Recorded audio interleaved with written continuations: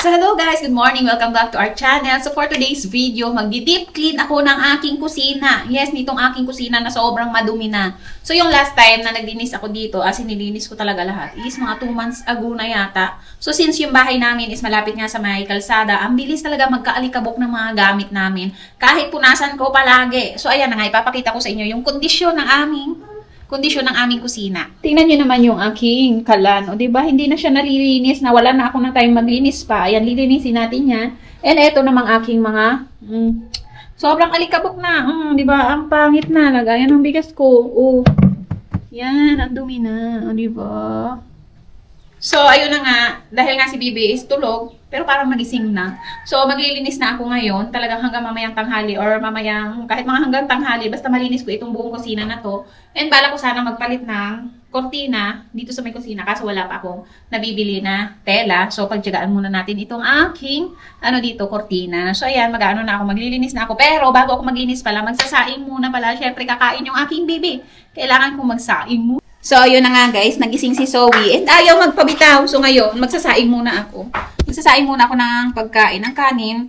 Kasi, para may makain si Zoe mamaya, konti lang naman ang sasaingin ko.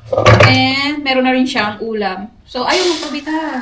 So, ayan, magsasaing tayo ng kargas siya bago ako mag-start ng paglilinis dito sa kusina namin. Kasi, ang dumi na talaga nitong kusina namin. Ang dami na talagang alikabok, as in, ang alikabok na. So, ayan, tiyaga tayo na karga itong batang to. Ano ba ito? Baba ikaw? Baba ikaw? Ay, para may kakain ko na. Saan tayo?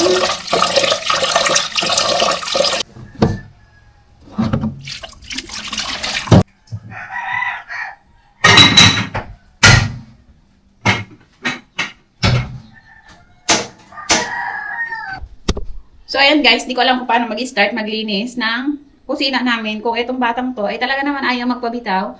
So, maybe mamaya-maya muna ako maglilinis. No? Maya-maya na lang. Ha? Ngit! Ni Zoe! Ang sungit! Ngit! So, yun na nga guys, masisimula na nga ako maglinis habang nasa mood pa si Zoe. So, ayan, nabitawan na siya. So, ayan, nagpabitaw na siya. So, iniin ko na rin yung rice namin. So, ayan, maglilinis na ako. Mag-start na ako maglinis. Umpisahan ko doon, tsaka na lang yung kalan kasi nga ayun, meron pa akong sinasaing. And papunta dito.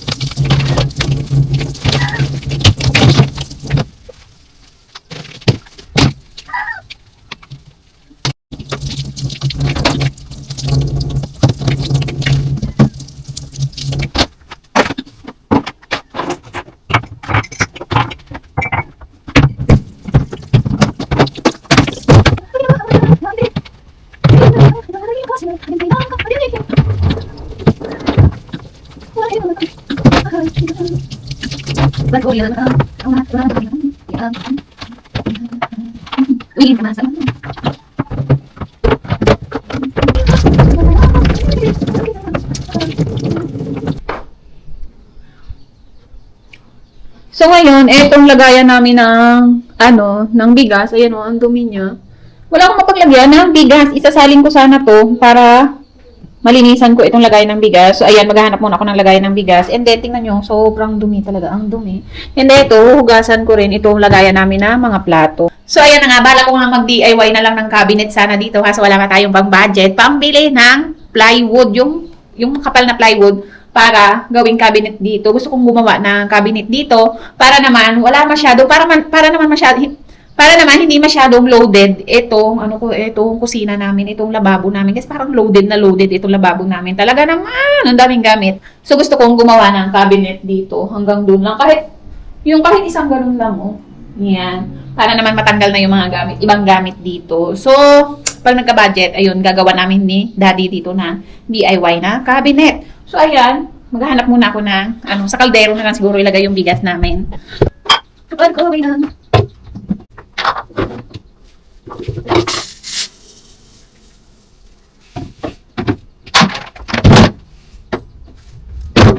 Ayan. Natapos si Zoe, parang hindi ko malinis.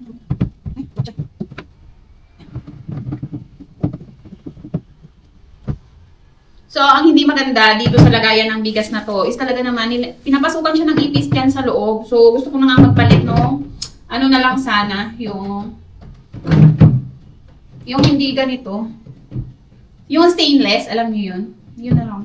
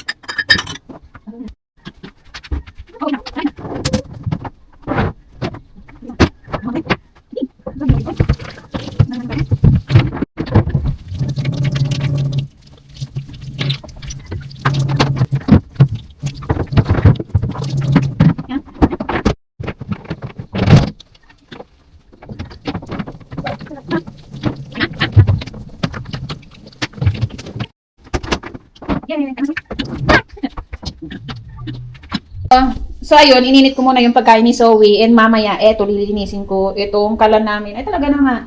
So, pati ito, lilinisin ko rin yan, yung lagayan na mga kaldero namin. And ganyan siya, kakalat. O, di ba ang kalat? So, ayun, nagugutom na siguro yung anak ko. Ayun.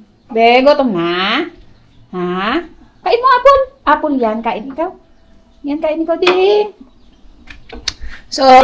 So, yun na nga guys, papakainin ko muna si Bibi kasi, syempre, anong oras na, di ba? Mag-aalas, ano na? Alas 12 na, so papakainin ko muna si Bibi. And after nyan is, mamaya, abutin siguro ako ng hapon nito sa paglilinis lang nitong aking kusina. So, gusto ko sana maglagay sana ng kortina doon sa pinakabintana namin. Doon no, doon sa bintana na yun, gusto kong maglagay ng kortina, kaso wala pa ako nabibili. Tela na panglagay sa kortina dyan. And eto, papalitan ko na rin yung kortina na yan. Tingnan nyo, ang dumi na ng kortina na yan. Kasi yung last time na nilabhan ko yung kortina na yan is nung New Year. Yes, nung New Year. Bago mag New Year, nilabhan ko yung kortina na yan. Ngayon, ang dumi na naman ulit. So, ayun guys, papakainin ko muna si Bibi kasi gutom na to. Gutom na to. So, ayan ulit. Tapos, after ko dito sa lababo, yung kalan ko, lilinisin ko, and then yung lagayan ng taas dito. Wala na rin masyadong kalat dito kasi nga naka-assemble, naayos na rin yung ilalim ng, maayos naman yung sa ilalim ng lababo ko kasi inayos ko yung ng mga nakaraan. So, ayan, lilipat ko muna. Listing! Ano mo yan? Ha? Ano mo yan?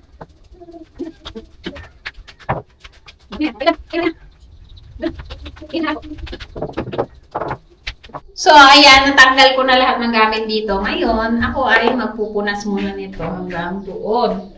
So, what's that? So, ito.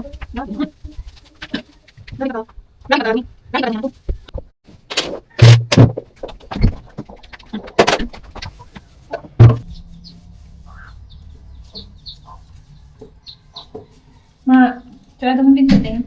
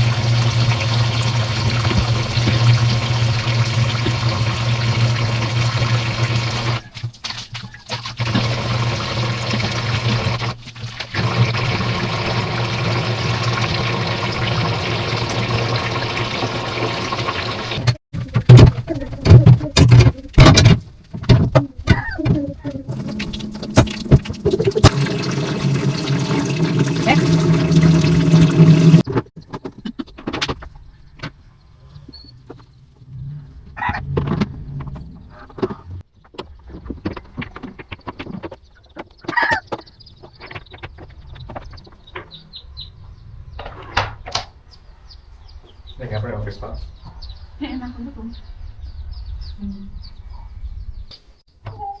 What is this thing? Yan, napaghagto o bang. Ibang,